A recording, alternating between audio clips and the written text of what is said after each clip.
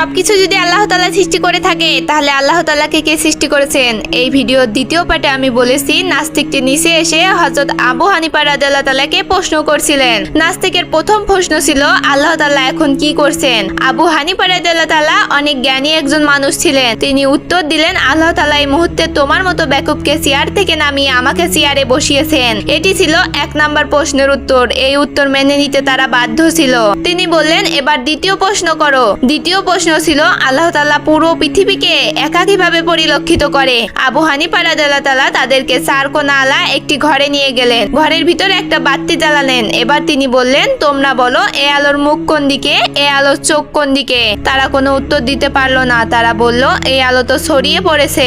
তিনি বললেন, আল্লাহ তাআলা তার নূরের আলো দিয়ে গোটা পৃথিবীতে এভাবে ছড়িয়ে রেখেছেন এবং তিনি সবকিছু দেখতে পান এই নূরের মাধ্যমে।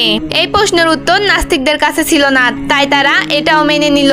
তৃতীয় প্রশ্ন ছিল হযরত মুহাম্মদ সাল্লাল্লাহু আলাইহি ওয়াসাল্লাম পৃথিবীর এই আর্নিং গতি ভেদ করে আসমানের কোন দরজা দিয়ে আল্লাহর সঙ্গে দিদার করলেন? তখন আবু হানিফা রাদিয়াল্লাহু তাআলা হাতে একটা ডিম নিয়ে বললেন, এই ডিম থেকে 22-23 দিন পরে বাচ্চা বের হবে। এবার তোমরা বলো এই ডিমের বাচ্চা কোন দিক দিয়ে বের হবে? তারা বললেন, এটা আমাদের জানা নেই। এবার ইমাম আবু হানিফা রাদিয়াল্লাহু তাআলা বলেন, আল্লাহ তাআলা তার বান্দাকে আসমানে নিবেন, কোন দরজা দিয়ে নিবেন এটা শুধু আল্লাহ তাআলাই জানে। এটা আল্লাহ তাআলার কাজ, তোমার আমার কাজ না। চতুর্থ প্রশ্নেও যেটি সব থেকে গুরুত্বপূর্ণ, আল্লাহ তাআলাকে কে সৃষ্টি করেছেন? আল্লাহ তাআলার আগে কে?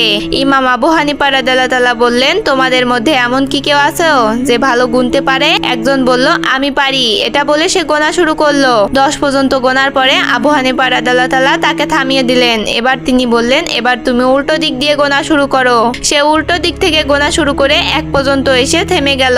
সে 1-এর পরে আর গুনতে পারলো না। তখন ইমাম আবু হানিফা বললেন, তুমি থামলে কেন? তোমাকে কি আমি থামতে বলেছি? তিনি তখন বললেন, 1-এর আগে কিছুই নেই। এবার আবু হানিফা রাদিয়াল্লাহু তাআলা বলেন, আল্লাহর আগেও কিছু নেই। সামান্য একটা সংখ্যার আগে কিছু না থাকে, এটা যদি তুমি বুঝতে পারো তাহলে তুমি মহান আল্লাহ তাআলাকে কিভাবে বুঝতে পারবে না যে তার আগেও কেউ নেই? তোমার মাথায় এই বুদ্ধি আল্লাহ তাআলা দেননি, তাই উল্টাপাল্টা প্রশ্ন করো।